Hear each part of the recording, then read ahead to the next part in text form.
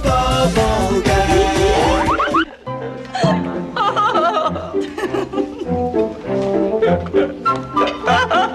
Eto na po yung order niyo. Sorry po. Sorry? Ano ba yung tinapon mo sa mister ko? Sinigang po. Ang tanga-tanga mo naman! Sinigang! Sinigang yung tinapon mo! Eh, kare-kare in-order namin eh!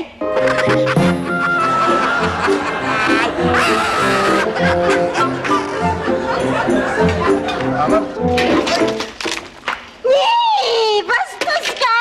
Tawagin mo nga yung manager nyo! Sorry po, sorry po. Bakit to? Anong nangyari? Tignan mo nga! Binuhusan niya ako ng dinuguan! Dinuguan? Ayan ba? Dinuguan ba yan? Ay! Okay lang ho yun, hindi na mahalata eh. Patawarin yun lang yung waiter. Mas okay na yung mga papers natin. Pwede na. So, ano na lang. Eh, yung flight na. Sir, pasensya na kayo, sir. Hindi ko po sinasadya, sir. Ay, saan ka ba nakatingin, ha? Ba't hindi mo tinitignan ang dinadaanan mo?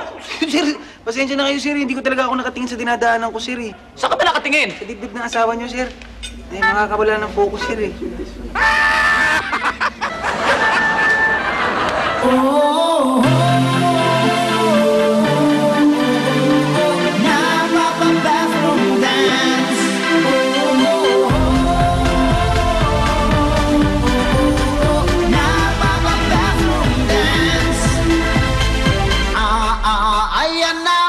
Lalabas na gaga malala para kong old man. Ayan na. Lalabas na gaga malala para kong old man. Merong nangyaring nakakainis. May nakain yata ako na panis. Umihilap. Love, love, love, umihilap. Parang may tama na sira ang tiyan. Huwag niyong sabihin sa'king okay lang yan. Umihilap. Love, love, love, umihilap. Love, umihilap. Parang na-impatyo. Saan kaya ang banyo? Sirang-sira, sira ang tiyan.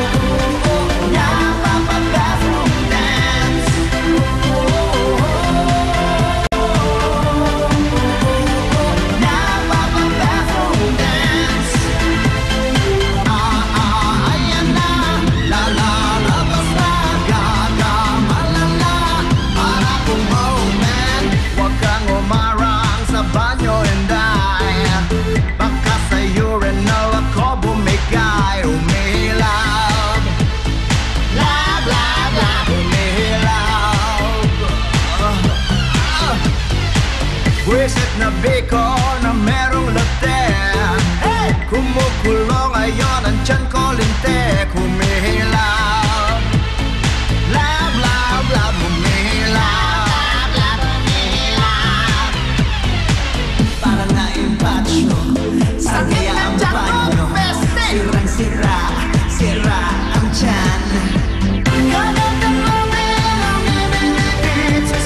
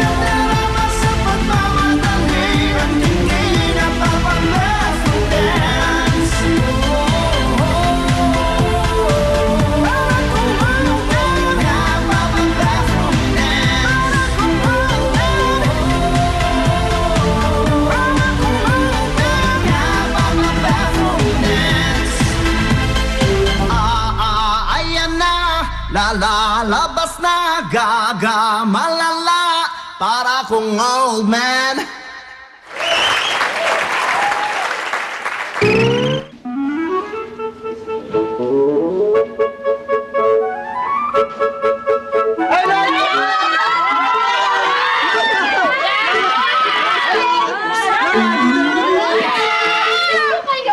Justin, mga bata ito, bakit ginulat niyo ako? Aba, paano kung inatake ako sa puso? Sorry po, Lo. Pasensya na po kayo. Excited na po kasi kami makinig ng mga bago niyong kwentong alamat. Bituin mo! Wala kasi nangako kayo sa kwentuhan mo kami ng mga alamat eh. Kaya nandito na kami. Kwento niyo na po. Oh, siya! Ay, allowance ko na mamaya. Ikaw bata ka talaga niyaman-yaman mo. Ito, mga bata. Sige, ikaw ang... Kwentuhan ko kayo kung ipapangako niyong mananahimik kayo at hindi mag-iingay. Sige po, Lolo! Sige. O sige, ngayong gabi, ang ikukwento ko sa inyo ay ang alamat ng santol. Alamat ng santol. Makinig ng maigi.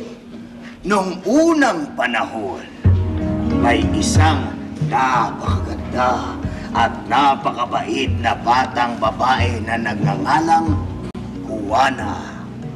Si Juana ay naglayas mula sa kanyang mapang-aping mga magulang. Hindi ko na kaya ang pagmamalupit at pananakit nila. Kailangan kong lumayo. Ang sabi ni Juana. Ilang araw ding nagbalakad-lakad si Juana sa kagubatan nang hindi alam ang patutunguhan.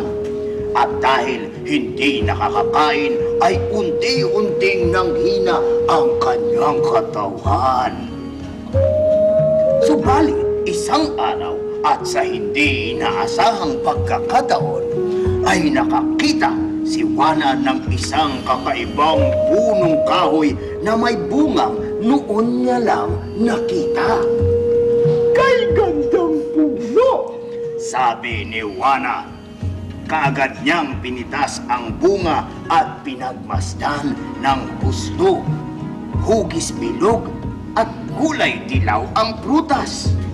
Ilang sandali pa ay biniyak niya ito at kinain ng walang pakundangan. Manamis-namis na maasim ang lasa ng laman nito, habang ang buto naman ay agad niyang iniluwa at itinapon. Pagkatapos maubos ang prutas, ay isa lang ang nasabi ni Juana. Ang sarap. Parang santol. At mula nga noon, ay tinawag na ito santol. At yan, mga bata, ang alamat ng santol.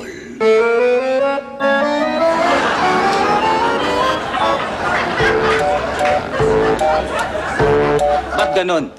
Bakit mas maraming nag-gym na lalaki na hindi naman nagpapakalalaki?